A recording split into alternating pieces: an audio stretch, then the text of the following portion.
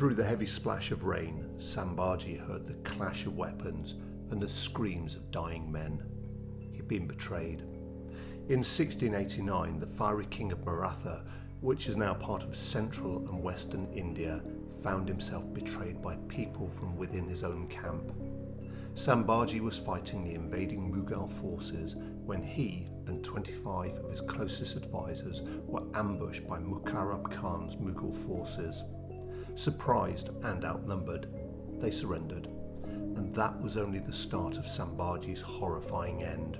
Dragged like a common criminal to a nearby fortress, he was stripped of his royal robes and forced into a clown's garments. Mughal soldiers laughed and jeered as he stood before them.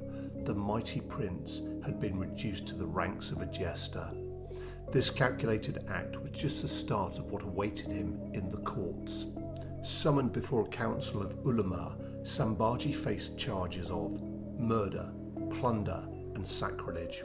He was told the only way he might live was if he betrayed his fortresses and revealed the names of those who dared to resist the emperor. Proud and loyal to his men, he refused.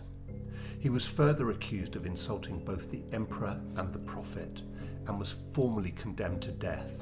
On the muddy banks of the Bhima River, on the 11th of March 1689, Sambhaji was put to death in the most horrifying of ways. First his eyes were gouged out, then his tongue was cut off. He was flayed alive, skinned, in front of the Mughal court before being beheaded, torn apart, and his body parts thrown into the river. Some historic records suggest that parts of his body were fed to dogs, which was an act intended to humiliate the dead king and his religion.